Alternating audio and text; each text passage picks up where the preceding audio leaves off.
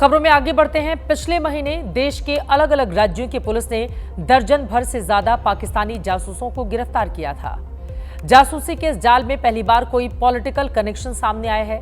राजस्थान की पुलिस ने एक ऐसे आरोपी को पकड़ा है जो राज्य के मंत्री रह चुके सालेह मोहम्मद का पीए रहा है।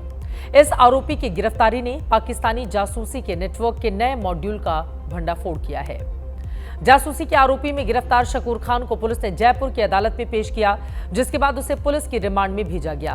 पिछले महीने की 28 तारीख को ही पुलिस ने इसे हिरासत में लिया था। कल रात गिरफ्तार किया गया। आज अदालत ने 7 दिनों की पुलिस रिमांड में भेजा है। अब पुलिस इससे पूछताछ करके जासूसी की पूरी जानकारी हासिल करने की कोशिश करेगी।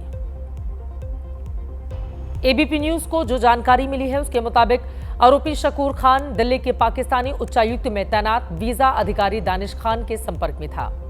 पिछले महीने ही जासूसी के नेटवर्क का भंडाफोड़ होने के बाद दानिश को पाकिस्तान वापस भेजा गया था।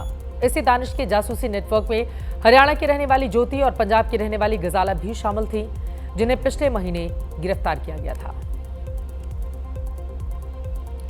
जैसलमेर के रहने वाले शकूर खान के बारे में यह जानकारी सामने आई है कि आईएसआई को खुफिया सूचनाएं मुहैया कराता था। ऑपरेशन सिंदूर के दौरान भी इसने पाकिस्तान को जानकारियां दी। जैसलमेर में 28 तारीख को शक के आधार पर इससे पूछताछ की गई। मोबाइल की जांच के दौरान संदिग्ध वीडियो और सूचनाओं के बारे में जानकारी मिलने के बाद इसे गिरफ्तार किया गया और फिर जयपुर लाकर पूछताछ शुरू की गई। शकूर खान कांग्रेस के विधायक और तत्कालीन मंत्री सालेह मोहम्मद का पीए रह चुका है। जैसलमेर के जिला रोजगार दफ्तर में सहायक प्रशासनिक अधिकारी के पद पर तैनात है। इसके मोबाइल फोन से कई संदिग्ध वीडियो और पाकिस्तानी नंबर मिले हैं। जानकारी ये सामने आई है कि शकूर पिछले कुछ सालों में 7 बार पाकिस्तान जा चुका है। सरकारी कर्मचारी होते हुए शकूर खान पिछले कई सालों से पूर्व मंत्री सालेह मोहम्मद के निजी सचिव के तौर पर भी काम देखता था। शकूर खान की गिरफ्तारी अहम इसलिए भी है क्योंकि ये बॉर्डर के इलाके का रहने वाला है। जैसलमेर की सीमा पाकिस्तान से सटी हुई है। जिस पोखरण के विधायक रहे सालेह मोहम्मद के साथ शकूर जुड़ा रहा, सामरिक रूप से वो पोखरण बेहद संवेदनशील इलाका है। सालेह मोहम्मद अभी विधायक नहीं है। 2023 में वो पोखरण से चुनाव हार गए थे, लेकिन 2 बार चुनाव जीत चुके हैं। बताया जा रहा है सालेह जब जब विधायक रहे तब तक शकूर उनके साथ जुड़ा रहा। ऐसे में शकूर की वजह से सालेह मोहम्मद भी सवालों के घेरे में हैं। बीजेपी के नेता जासूसी के केस में सालेह की भूमिका की भी जांच की मांग करने लगे हैं। सरकार कह रही है कि सालेह की भूमिका की जांच जरूर कराई जाएगी। पूर्व कैबिनेट मंत्री के साथ में वो छाया की तरह रहा है। क्या उनको पता नहीं लगा कि मेरे पास रहने वाला व्यक्ति कौन सी गतिविधियों में सम्मिलित है अथवा मेरे पास रहने वाला व्यक्ति क्या कर रहा है? तो ये तो जांच का विषय और चिंता का विषय, निंदनीय विषय भी है।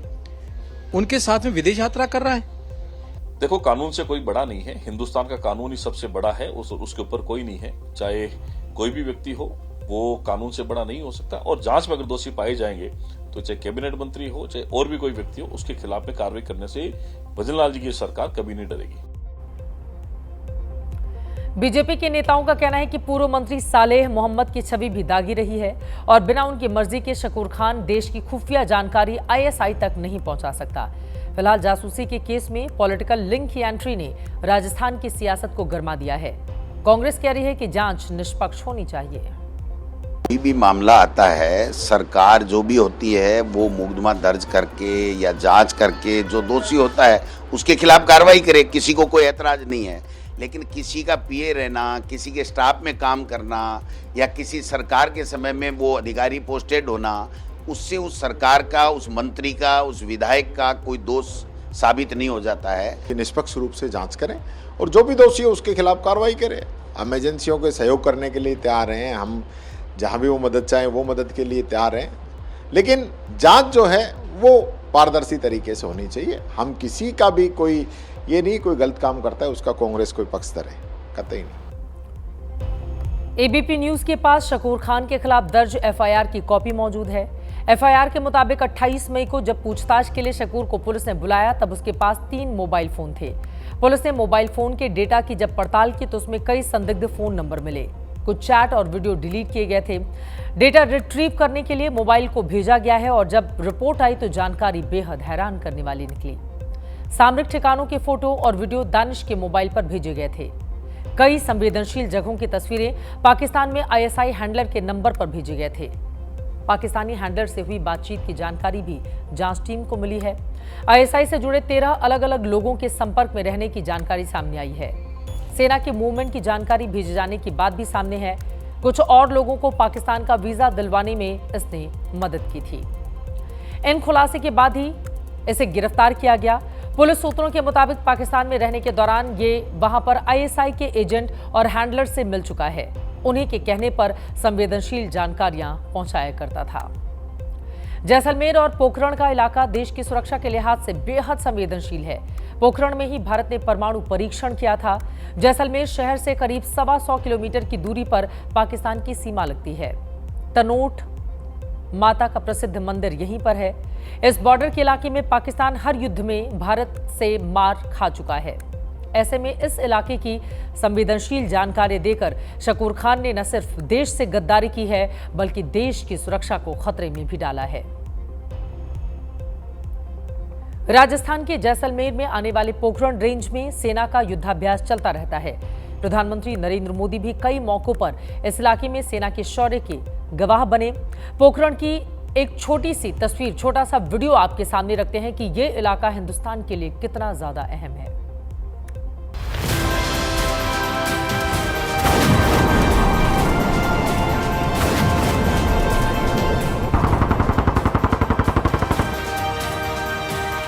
आसमान में ये गर्जना, जमीन पर ये जांबाजी,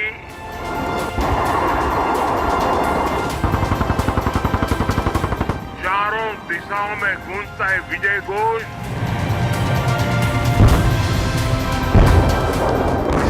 ये नए भारत का आह्वान है।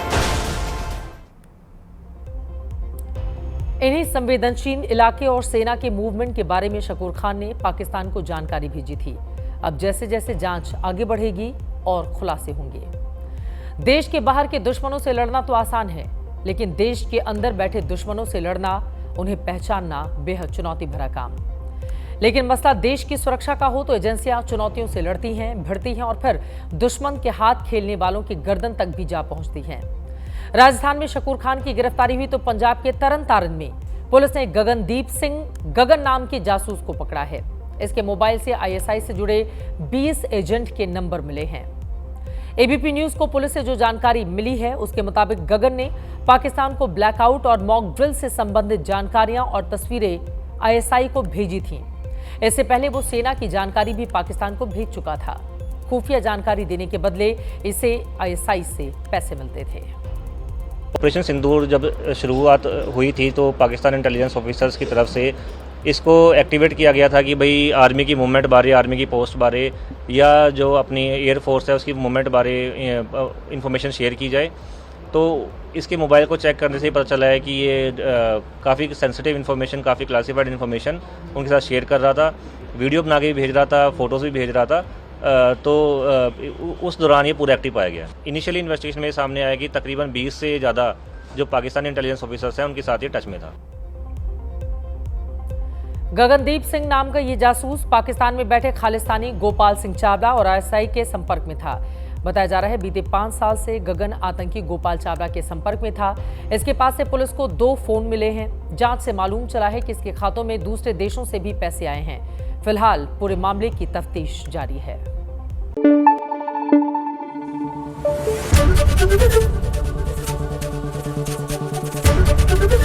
एबीपी न्यूज आपको रखे आगे।